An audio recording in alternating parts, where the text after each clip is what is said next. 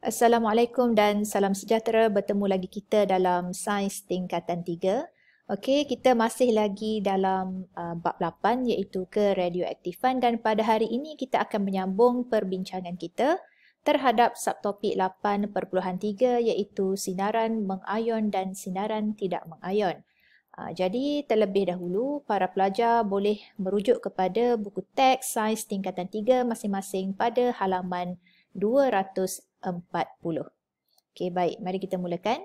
Okey, terlebih dahulu kita hendaklah mengetahui apakah sebenarnya yang dimaksudkan dengan sinaran. Okey, sinaran ataupun turut juga dikenali sebagai radiasi merupakan satu proses pemindahan tenaga kepada medium ataupun ruang dan ia boleh berlaku sama ada dalam bentuk gelombang ataupun zarah. Okey, jadi kita faham kat sini sinaran yang dimaksudkan ialah radiasi. Okey, jadi sinaran ini tadi kita boleh kelaskan kepada dua jenis iaitu sinaran mengayon dan juga sinaran tidak mengayon. Jadi, apakah yang dimaksudkan dengan sinaran mengayon?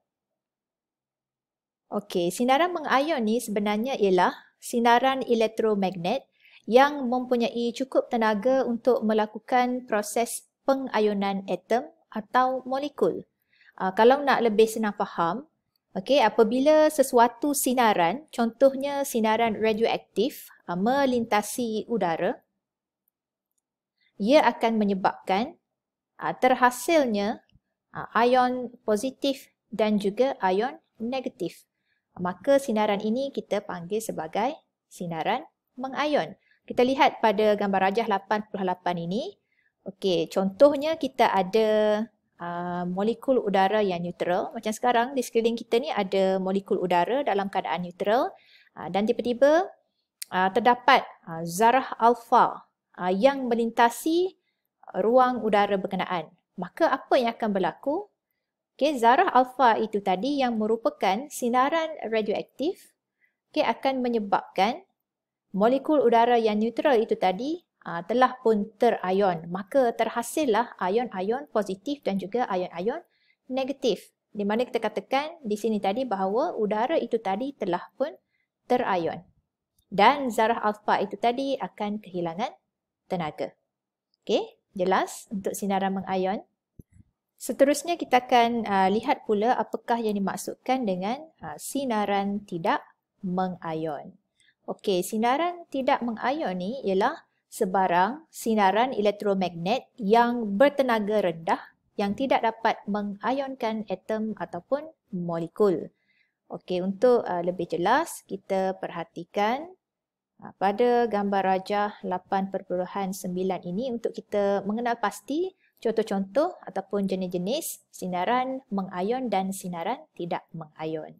Okey, jadi di dalam spektrum elektromagnet terdapat sinaran mengayon dan juga sinaran tidak mengayon. Dan sinaran mengayon ni contoh-contohnya seperti sinaran radioaktif, seperti sinar gamma, sinar alfa, sinar beta, sinar X dan juga termasuklah sinar UV. Okey, manakala untuk sinaran tidak mengayon, iaitu yang kita faham tadi sebagai sinaran elektromagnet yang bertenaga rendah yang tidak dapat mengayonkan atom atau molekul tu, contohnya gelombang frekuensi yang sangat rendah, gelombang radio, gelombang mikro, inframerah dan juga cahaya nampak. Kita ambil contoh matahari. Okey, dalam matahari kita ni ada membebaskan sinaran. Okey, sinaran yang terdapat dalam matahari ni termasuklah sinaran mengayon dan sinaran tidak mengayon. Sinaran mengayon yang dibebaskan oleh matahari ialah sinaran ultra ungu ataupun kita biasa panggil sebagai UV. Manakala sinaran tidak mengayon yang dibebaskan oleh matahari kita termasuklah inframerah dan juga cahaya nampak, iaitu cahaya yang kita boleh lihat sekarang ni. Okey, jelas? Baik, seterusnya kita akan membincangkan jenis sinaran mengayon.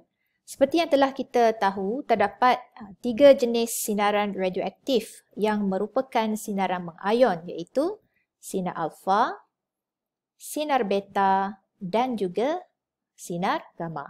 Okey, mari kita sama-sama perhatikan jadual 8.4 untuk kita mengenal pasti perbezaan di antara ketiga-tiga jenis sinaran mengayon ini. Okey, baik.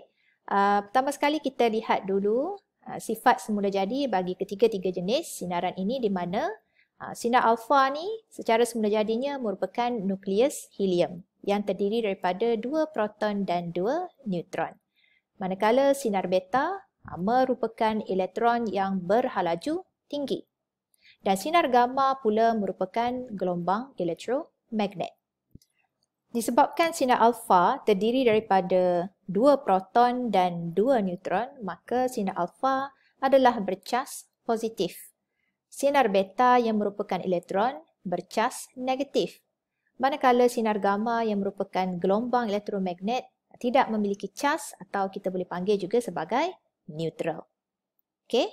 Dan di antara ketiga-tiga sinaran ini, sinar alfa didapati memiliki kuasa pengayonan yang paling tinggi, diikuti dengan sinar beta, dan sinar gamma memiliki kuasa pengayonan yang paling rendah. Dan bagaimana pula dengan kuasa penembusan? Okey, jom kita tengok kat sini. Okey, untuk kuasa penembusan, bagi sinar alfa memiliki kuasa penembusan yang paling rendah. Kenapa kita kata sinar alfa ni memiliki kuasa penembusan yang paling rendah? Ini kerana kuasa penembusan sinar alfa itu tadi boleh dihalang dengan hanya sehelai kertas. Manakala sinar beta boleh menembusi kertas, tetapi ia tidak berupaya untuk menembusi aluminium yang berketebalan 3 mm. Maka kita katakan sinar beta ini tadi memiliki kuasa penembusan di tahap sederhana.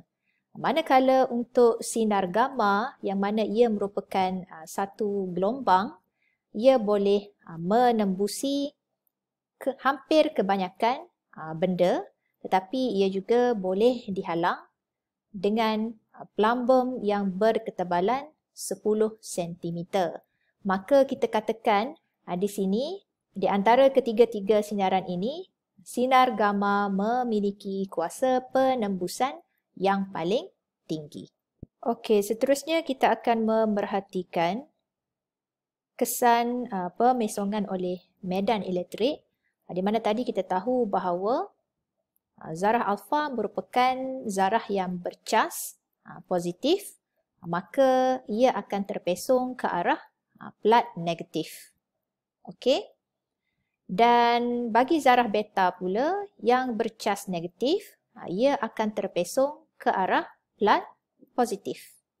Bagi sinar gamma yang merupakan gelombang yang neutral dan tidak bercas, maka sinar gamma ini tadi tidak akan terpesong ke mana-mana plat.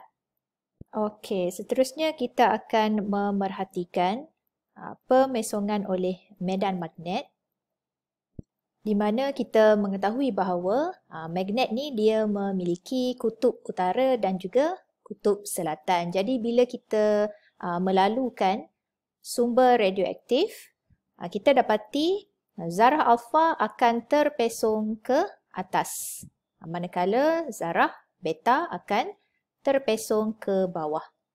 Sinar gamma pula tidak akan terpesong ke mana-mana arah dan akan bergerak lurus sahaja. Okey, jelas? Okey, maka setakat ini sahaja dulu pembelajaran kita pada hari ini. Cukup terlebih dahulu anda mengetahui apakah yang dimaksudkan dengan sinaran mengayon dan sinaran tidak mengayon.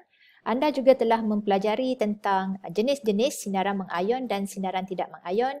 Dan kita juga telah pun membincangkan sedikit sebanyak tentang perbezaan di antara 3 jenis sinaran radioaktif yang mengayon, iaitu sinar alfa, sinar beta dan juga sinar gamma. Okey, jadi sehingga kita bertemu lagi pada pembelajaran berikutnya, jangan lupa untuk lakukan ulang kaji bersama rakan-rakan dan juga guru anda. Okey, selamat belajar dan terima kasih.